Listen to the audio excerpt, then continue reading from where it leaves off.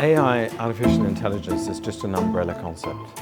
Underneath that, there's many different strands of technology. So there might be elements of machine learning in there, neural networks, but let's not forget the good old statistical analysis. That can often deliver very, very robust results. One of the initial things we initially played with was, do you remember those Google glasses that came out with the little thing? You could walk in and you could go, hello Google, or whatever it was, and have some little interface just on the retina of the eye. It was cool. And I'm sure we would have run into a lot of privacy issues doing that anyway. Another project was World Economic Forum, Davos. So we built Dav.os, Davos. I thought that was a really cool name. No, okay.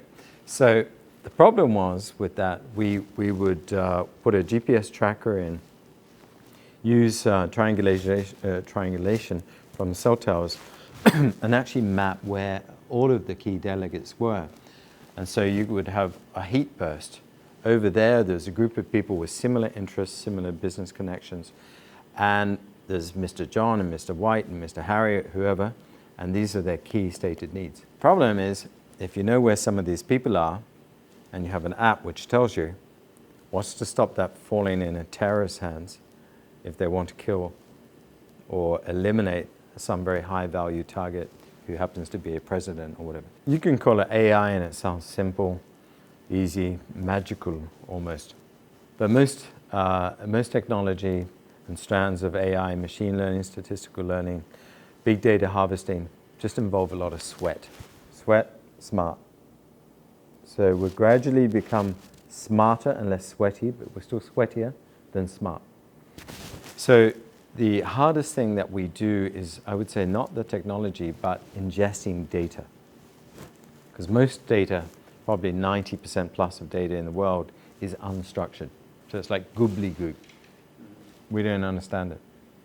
And we don't know if it's relevant, and we don't know whether we should get it, and it costs a lot of money, but we get it anyway, because we're learning.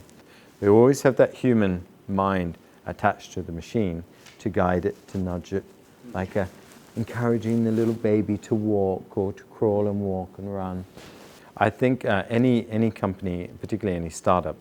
So a startup is just, lots of people say, are you a startup? You're 6 years old. Yeah, we're completely a startup. A startup is just a company that can scale massively, but a company searching for a scalable business model. One of the ways that we've been focusing on, we have a big initiative at the moment called The Cube. And the cube is just like a Rubik's Cube, which keeps getting bigger and bigger and bigger with all the data. And we should be able to turn that Rubik's Cube and extract the insight that we need to on a more automated basis.